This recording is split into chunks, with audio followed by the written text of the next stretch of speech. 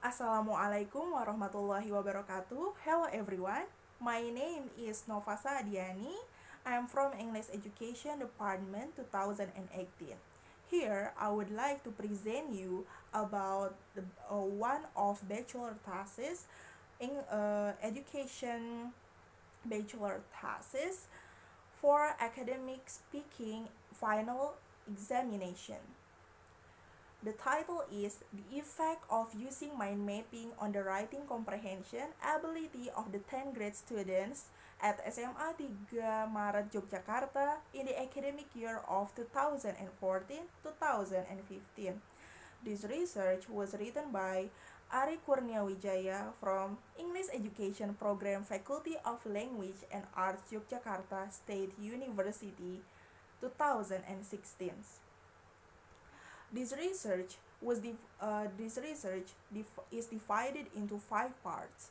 The first is introduction, review of related theories, and the third is research methods. The fourth is research findings and discussions, and the last one is conclusions, implications, and suggestions. So the first thing first, I want to talk about introduction.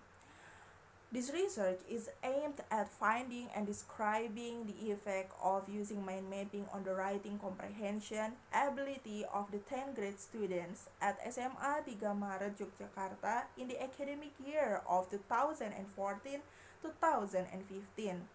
This research was conducted from May to June 2015. So, um, here I would like to explain you about background of the study or background of this bachelor thesis. The students must master four skills, namely listening, reading, speaking, and writing. Particularly for writing, as we know, it is being used many aspects of global literature such as agreements in political and military, advertisement, business transactions, legal documents, and newspaper. Richards and Renandia 2002 state that writing is the most difficult skill for second language and foreign language learners.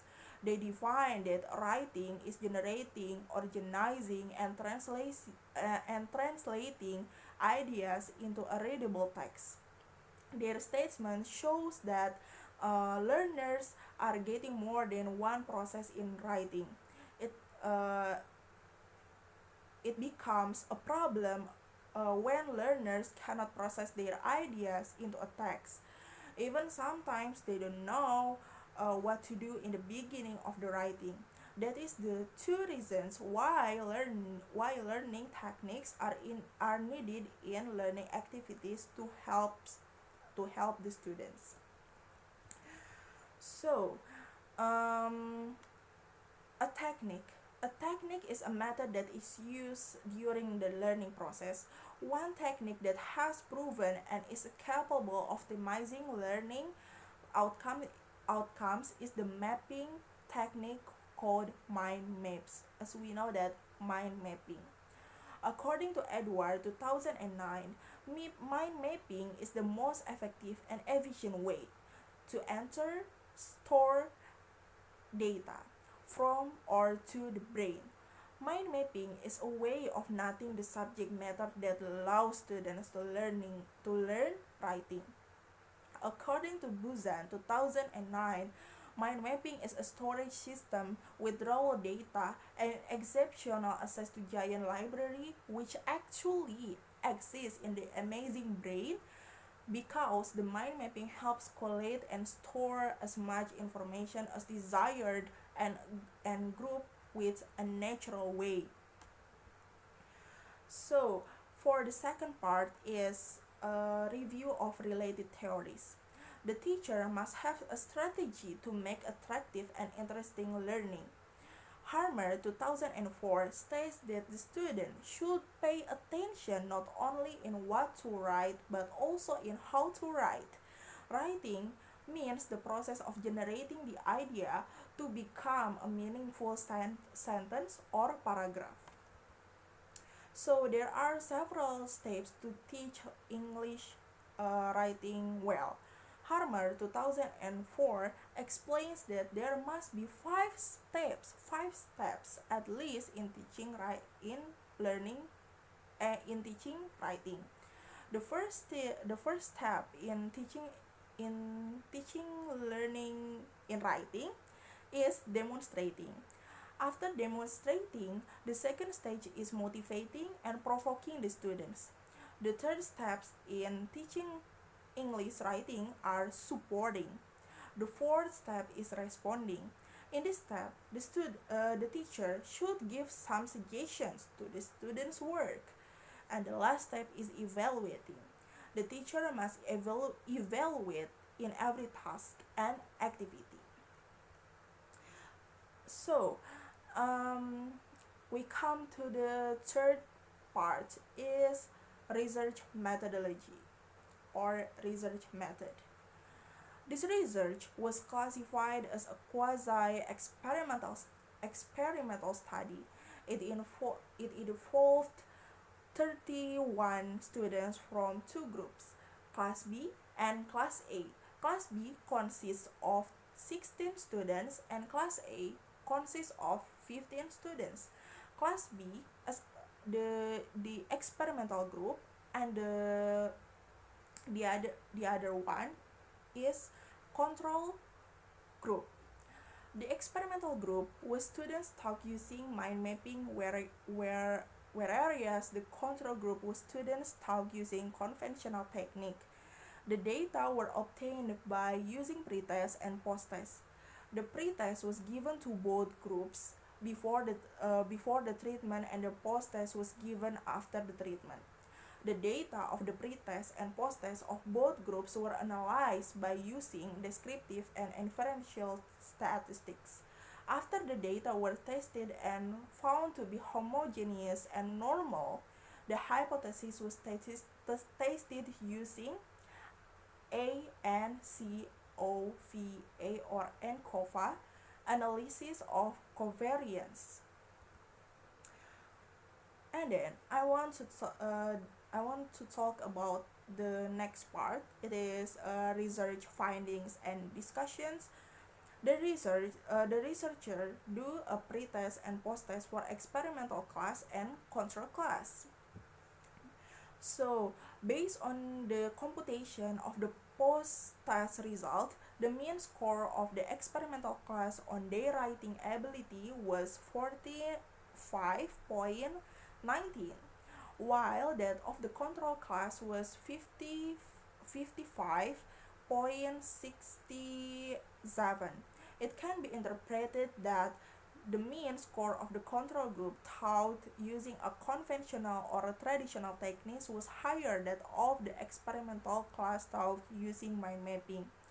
In this case, mind mapping couldn't help students to increase their score in post-test. The frequency distribution shows that in the experimental class of post-test, there was no students. It means 0% classified into excellent category. There was one student 6.25% in good category, 4 students 25% in poor category, and 11 students 68.75% in very poor category. It can be concluded that the majority of the students of experimental class belong to very poor category. On the other side, based on the scores of the control class, there was no students 0% classified into excellent category. There were 3 students which is 20% in good category, 6 students 40% in poor category, and 6 students 40% very which is in very poor category. And then The findings shows that the students' writing scores taught using mind mapping was lower than those who were not. And then we come to the last part. It is conclusion, implications, and suggestions. Based on the result of the research and discussion that has been presented in the previous chapter, it can be concluded that there is no significant differences in learning outcomes of the students who learned writing through mind mapping with the students who took the learning without mind mapping. Learning outcomes of mind mapping are shown by the results of a ANCOVA of experimental group, post-test, and control group.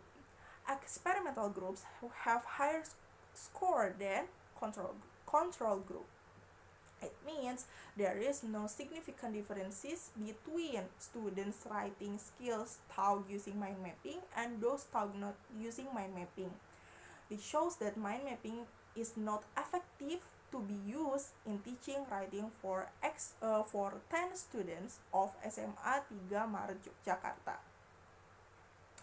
Okay, that's all from me. That's all from my presentation. Hopefully, my explanation gives you benefit.